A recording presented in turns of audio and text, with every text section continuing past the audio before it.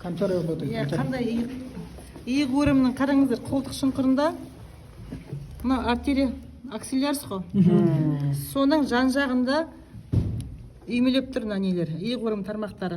Латералды буда, медиалды буда, артқы буда болды, иә? Енді қараңыздар, тура аксилляристің жан жағындағы екі будадан бірдей басталатын бір нерв бар, міне. Қазір мен көрсетейін, екі аяқшасы міне. Екі аяқшадан басталып тұр, көрдіңдер ме? Міне. Жақсы, түсіріп алдым. Міне бір аяқшасы, міне бір аяқшасы көріп тұрсыңдар ма? Тура аксилляристің екі жағында тұр ғой. Міне. Аксиллярис тура бөтеледі. Бұл медианус. Тура иықта тармақ бермейді. Иә, білекке келген кезде мына білектің бүкіл алдыңғы торын нервтендіреді, міне медианус келеді. Тура ортасымен жүреді, сулькус медиануспен жүреді. Қол басында 3,5 саусаққа нервтендіреді. Мынаған екеу, мынаған біреу береді. Бұл сүлікке теріге, да, бұл медианус. Келесі нервіміз, мына нерв, бұл медиал будадан басталады. Я жаңа аксилляристің медиал жағынан. Мына артерияны көріп тұрсыңдар ма? Артында венасы бар. Венас көрсетейін ба? Мына венасы. Вена аксиллярис. Мына артериясы қаттырақ, мына сәл жұмсағырақ венасы. Қабығы да кішкене жұмсағырақ. Мына нервті қараңыздар, бұл медиалда жүреді. Қай нерв деп ойлайсыңдар? Ульнарис. Тура шынтақ аймағында шынтақта айналып өтеді міне. Тура мына шынтағың бірден тиіп кетсе тоқсаққан сияқты болатын себебі, тура осы жерде терінің астына беткей орналасады да, міне қара, міне. Мына нерв ульнарисмен келді. Бұл жақта 1,5, сыртына 2,5-ға барады. Тура медиал жүреді. Тура өзінің сүлкісінде, сүлкіс ульнаристе орналасқан. Келесі нервіміз артқы будадан шығады да. Радиалис па? Иә, міне. Тура шығады да, бірден артқа қарай кетіп қалады. Өзінің каналы бар. Каналис нерві радиасына 3 басты бұлшықеттің астында. Бұлшықеттердің астымен жүріп, бүкіл иықтың артын, білектің артын нервтендіріп, мына жақта 2,5 саусақ нервтендіреді. Қалған 2,5-ға ульнарис барып қойған. Иә, мынау радиалис деген нерв. Апай, сосын жан жағында нервтендіретін бұлшықеттерін айтамыз ба? Иә, жаңа айттық қой біз. Медианус тек қана білекпен қол басы. Иыққа медианус бермейді. Иыққа беретін мускулокутанеус деген. Бұл мына жерде үзіліп кеткен ғой деймін, латералды жүреді, білесіңдер, иә?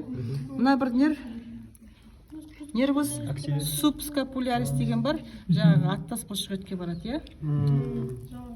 Иә. Міне аксиллярис. Көрдіңдер ме? Иық буынын, сосын иық белден бұлшықеттер тармақ берген аксиллярис. Басқа нервтары, мынау торацикус лонгус болу керек міне. Торацикус лонгусына кеуденің бүкіл бұлшықеттерін нервтендіреді ғой.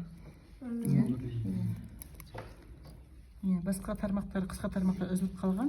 Білесіңдер ғой, супра скапулярис деген бар, жауырынның қылқанасына баратын, артына қарай кететін. Бұл осы көрініп тұрғандарын сұраймыз ғой, артық сұрамаймыз. Сосын енді мына аяқта қараңыздар. Мынау енді мускулус псоос майор ғой. Мынау илиакус, иә, екеуі қосқанда илиопсоос деген бұлшықет қалады да. Бұлшықет лакуна мускулярынан шығады міне.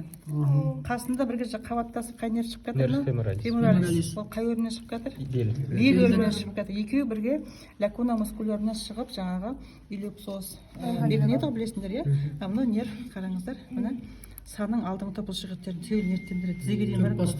Төрт басты бұлшықетті сарторис нервтендіреді, иә. Бұл феморалис. Мынау қасында артерия феморалис, венасы медиал тұр, көрдіңдер ме? Мына жерде бедренный грыжа болуы мүмкін. Сан жарғы болуы мүмкін осы жерде, иә. Сосын көрініп тұрған тағы нерв. Мына жерде енді обтураторис деген нерв болу керек. Мына форамына көретін ғой, иә. Ол үзіліп қалған, иә, міне. Ол да белердің тармағы ғой, білесіңдер ғой, иә? Тұрыпта жоқ болуы мүмкін, тұрыпта болмаса муляжда бар ол. Жамасын негізі осы тұрыпты көрсетеді ма бізге, басқасы ма? Басқасы бар, тура осындай, бірақ үзілмеген жақсысы бар.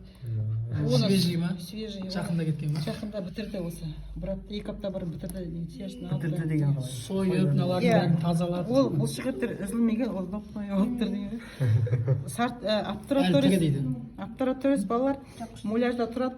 Тұрыптан көрсетпесеңіздер де, муляждан сұрайды, қасында нөмір тұруы мүмкін, мынау қандай нерв? Жапқыш нерв, белердің тармағы дейсіңдер, иә? Енді ең үлкен нервіміз айналдырыңыз балдар бар ма? Ойбай, мен қалатмай.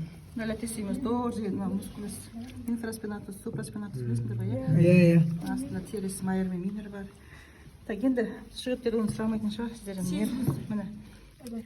Бүйтіп ашық тұрады, жаңа тұрып та бүйтіп глютеус максимус ашық тұрған кезде глютеус медиус минимус қой енді. Одан кейін мынау мускулус периформис деген бұл шығады. Форамен искиатика майордан шығады ғой, иә. Соның үстінде форамен суpraпериформис, астында инфраперифорmis бар ғой. Инфрапериформистен ең үлкен нерв қараңыздаршы міне. Мынау бар ғой. Нервтің атын айтыңдар. Қай өрімнен шығады, қай өрімнен шығады. Өрімнің ұзын тармағы. Қарап алыңдар, ұмытпаңдар. Мына жалғасы мына искиадикусты көрдіңдер ма?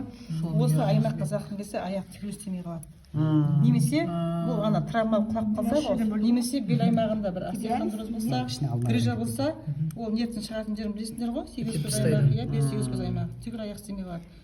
Патологияны белден іздейсіңдер, иә. Қасынан қабаттасып кутанеус феморис постериус шығады, глютеус инфериус шығады, сосын нервус пуденtus шығады. Барлығы 8 көз өрім тармақтары. Үстінен глютеус супериус шығады, да? Енді жоқ, бірақ ана тұрыпта болуы мүмкін, естерінде болсын, иә? Асықтышылық жүйкесін сұраймын. Қазір сұрайды міне. Искиадикус міне кетір ғой, иә? Міне екіге бөлінді, тақымға келгенде мына тибиалис нервус. Мына жерде бір нөмір тұрса, нервус тибиалис дейсіңдер. Но перонеус коммунис. Сосын перонеус коммунис екіге бөлінеді ғой. Бетке тереңге, иә? Бетке латерал тұрыпта нервтендірсе, тереңі не істейді? Екі сүйектің арасын тез шығып, алдына шығып, дорзалис перис болып былай кетіп қалады. Ал тибиалис, ол қай каналдың ішіне кіріп батыр? Круропоплит. Молодец. Круропоплитестің ішінде, яғни үш басты бұлшықеттің астымен жүреді ғой. Астымен жүріп, жаңа нервіміз былай келіп, айналып, медиалды талашатқа айналып өтіп табанға өтеді.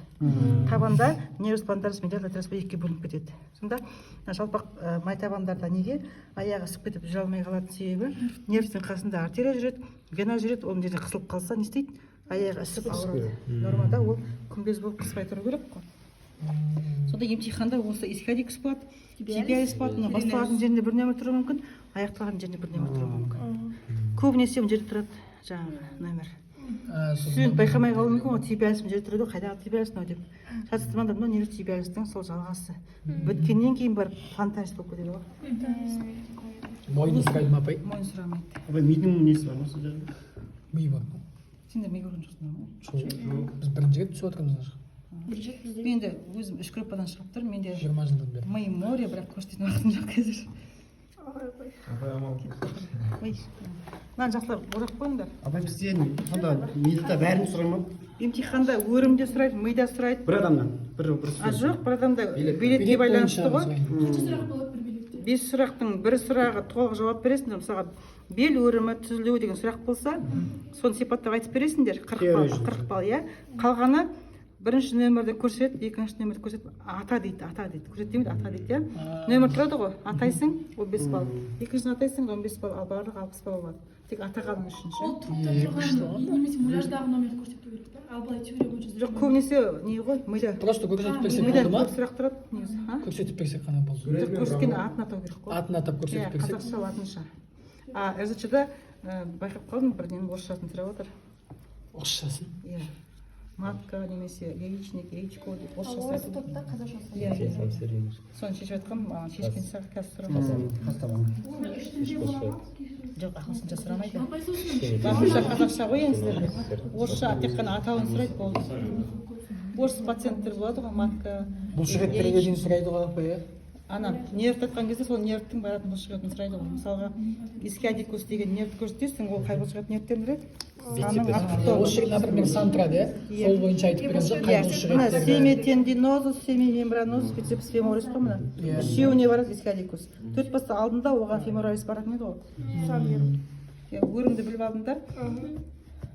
Енді емтиханға барып мейді бірінші көрсін не істеген барсың. Кімнің группасын деймін? белөрде Саня. Айкен апай ми көрген жоқсыңдар ма? 10 сабақ ми өтпеу. Муляжы мана көрген. 10 сабақ мида ми өтпеу деген, ми көрмеу деген сұмдық қой. Искусство жасанды ми. Андай бітірген тамам, андай білмеймін ғой. Жоқ, анда емтихандар каждый мұғалім табақ шынымен тұрады. Апай, миды сонда муляж емес Кәдімгі шын адам миы ғой. Олар апай кесінділері бар ма? Кесінді бар ма деңгейден? Базарды ганглия ма? Ядросы көрініп тұрған жоқ, бірақ жаңағы сопақша ми, Көпірдегі көкпар, отаңғы ми, аралық ми, кесіндісі, аяқшаларындағы кесіндісі деген. бас сүйек бола ма апай? Бас сүйек әрине болады. Сосын бас сүйекті ана специямен көрсетесіздер ғой, мида пиццетпен специямен тығуға болмайды, ми тек қана бумажный указка тұрады. Бумажный указкамен көрсетесіздер, өте нәзік препараттар ғой. Мен просто жаңа Нұргүл апай айтқасын келдім, кетіп батқан мұнеге дейге. Айкен апай ма бәрі кім мұғалім? Нұргүл апайдікі бар, иә? Иә, біз Негізі миды өзі көрсету керек еді, хотя бізден сұрап қалса да ше. Мен кінәм емес ол. Мынаны оратсаңдар кеуіп қалмасын.